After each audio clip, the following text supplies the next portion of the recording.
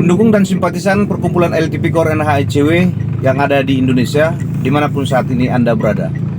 Saat ini kita berjumpa kembali dalam acara Ku Bersih, kupas berita hukum dan korupsi ya. Kita agak kembali ke belakang sedikit untuk mengupas berita yang berjudul mantan Gubernur Maluku Utara AGK dituntut 9 tahun penjara, keluarga tidak teriak, tangkap Bobi Nasution ya, berteriak ya. Jadi maksudnya di sidang itu keluarganya berteriak, tangkap Bobi Nasution ya. Berita ini ditayangkan oleh tribunternate.com pada hari Kamis 22 Agustus 2024 ya, oleh editornya Iga Almira Rugaya Asegab ya. Tribunternate.com. Ternate, keluarga mantan Gubernur Maluku Utara Abdul Ghani Kasuba atau AGK menyinggung nama menantu Presiden Jokowi Bobi Nasution. Adapun sidang tuntutan atas AGK digelar hari ini Kamis tanggal 22 Agustus 2024 di Pengadilan Negeri Ternate. AGK didakwa dalam kasus dugaan suap dan gratifikasi sejumlah infrastruktur di Maluku Utara. AGK tiba di Pengadilan Negeri Ternate bersama ajudannya Ramadan Ibrahim sekitar pukul 10.15 waktu Indonesia Tengah atau Timur ya, Tengah ya, dan dikawal ketat anggota Brimopolda Maluku Utara. Sidang kali ini beragendakan tuntutan jaksa umum JPU dari KPK yang dipimpin majelis hakim dan diketuai Kadar Noh. Ya, hari ini sedang tuntutan AGK mantan Gubernur Maluku Utara, ucap jaksa dari KPK sebelum masuk ruang sidang. Ada yang menarik saat sidang tuntutan yang berlangsung sekitar 1 jam tersebut berakhir. Setelah sidang berakhir, AGK dikawal ketat oleh anggota Brimob Polda Malut, diarahkan kembali masuk mobil tahanan dengan tangan terborgol.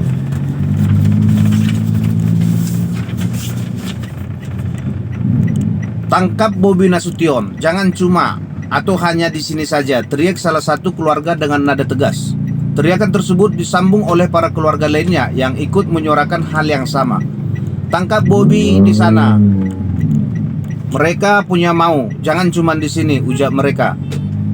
Diketahui nama Bobi Nasution yang diistilahkan Blok M itu pertama kali mencuat saat persidangan lanjutan kasus suap dan gratifikasi AGK pada Rabu 31 bulan 7 2024. Nama itu keluar dari mulut Kepala Dinas ESDM Maluku Utara Suryanto Andili yang dipanggil sebagai saksi. Mantan Gubernur Maluku Utara Abdul Ghani Kasuba alias AGK dituntut 9 tahun penjara oleh Komisi Pemberantasan Korupsi. Selain tuntutan kurungan penjara, AGK juga dijatuhkan dengan denda ratusan juta rupiah. Sanksi hukum yang diberikan sanksi hukum yang diberikan karena AGK terbukti sah melakukan tindak pidana penyalahgunaan uang secara negara alias korupsi. Jaksa KPK meminta majelis hakim mengadili dan menyatakan AGK terbukti secara sah dan meyakinkan menerima suap dan gratifikasi jual beli jabatan dan proyek infrastruktur mencapai 100 miliar rupiah. Menuntut menjatuhkan pidana terhadap terdakwa dengan pidana penjara 9 tahun, dengan pidana penjara selama 9 tahun dan denda 300 juta rupiah subsidiar 6 bulan, ujar seorang jaksa KPK. Selain itu, jaksa meminta AGK dijatuhi pidana tambahan untuk membayar uang pengganti sejumlah 109 miliar dan 90.000 USD selambat-lambatnya 1 bulan setelah putusan pengadilan memperoleh kekuatan hukum tetap. Jika dalam jangka waktu tersebut AGK tidak membayar uang pengganti, maka harta bendanya disita oleh jaksa dan dilelang untuk menutupi uang pengganti tersebut. Dalam hal AGK tidak mempunyai harta benda yang mencukupi untuk membayar uang pengganti, maka dipidana penjara selama 5 tahun, tandasnya. Terpisah, Hakim Ketua Kadar Noh mengaku, saudara terdakwa sudah dengar, pada intinya saudara terbukti melakukan tindak pidana korupsi.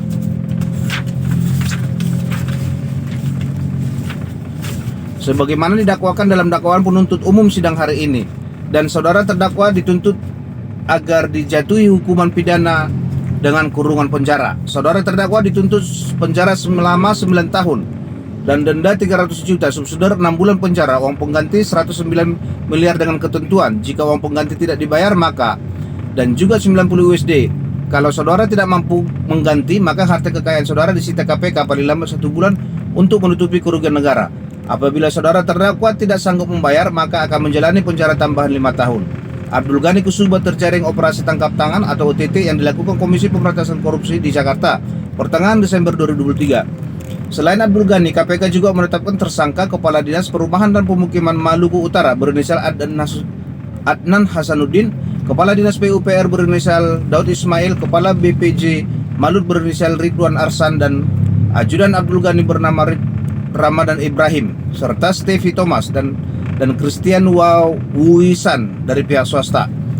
AGK Ramadan dan Ridwan dijerat pasal 12 huruf A dan B, pasal 11 Undang-Undang Pemberantasan Tindak Pidana Korupsi junto pasal 55 ayat 1 ke 1 KUHP. Sementara itu Adnan Hasanuddin, Daud Ismail, Stevi Thomas, dan Christian Wuisan dijerat dengan pasal 5 ayat 1 huruf A atau B atau pasal 13 Undang-Undang Pemberantasan Tindak Pidana Korupsi junto pasal 55 ayat 1 KUHP. Nah, gitu ya. Jadi ternyata si Gubernur Maluku Utara ini sudah divonis ya dengan tuntutan 9 tahun penjara tadi.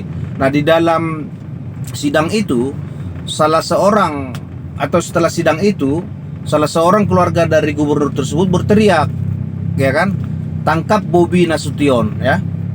Bobi Nasution ini ya jelas publik tahu kan, saat ini merupakan wali kota Medan yang ikut juga untuk kontestasi menjadi gubernur di Provinsi Sumatera Utara ya. Jadi ini fakta yang ada di persidangan. Karena itu untuk selanjutnya kita tetap menyerahkan dugaan-dugaan ini ke pihak penegak hukum ya. Artinya kita harus tetap memantau perkembangan kasus ini secara hukum, tidak bisa secara opini ya. Nah, kalau mengenai yang kata keluarganya tadi itu tangkap Bobi Nasution itu, nah itu penegak hukum, karena itu diungkapkan kan di luar sidang, tapi penegak hukum bisa menggunakan ini menjadi petunjuk namanya ya.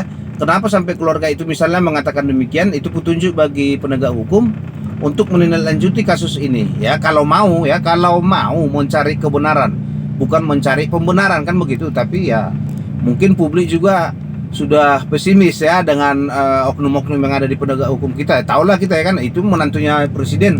Mungkin ya tanda kutip mereka nggak berani juga kan begitu kan, karena terlalu banyak nanti yang dipertaruhkan kan begitu. Apalagi dengan situasi akhir-akhir ini ya, karena di Indonesia ini kita tahu kan pemberitaan ini hangat ditimpa dengan berita yang datang lagi hangat. Akhirnya yang ini jadi tertutup ya kan. Ini contohnya seperti kasus mantan ketua KPK itu, sekarang kan udah tertutup dengan adanya peristiwa-peristiwa lanjutan ini kan begitu. Nah, karena itu tapi kami tetap kepada publik untuk tetap mengikuti. Makanya kami berusaha untuk mengingatkan kepada publik untuk hal-hal semacam ini ya. Jadi kepada pendukung dan simpatisan perkumpulan elit tipikor HICW yang ada di Indonesia, sekian dulu dalam pembahasan kita untuk satu hari ini dalam acara Kubersih.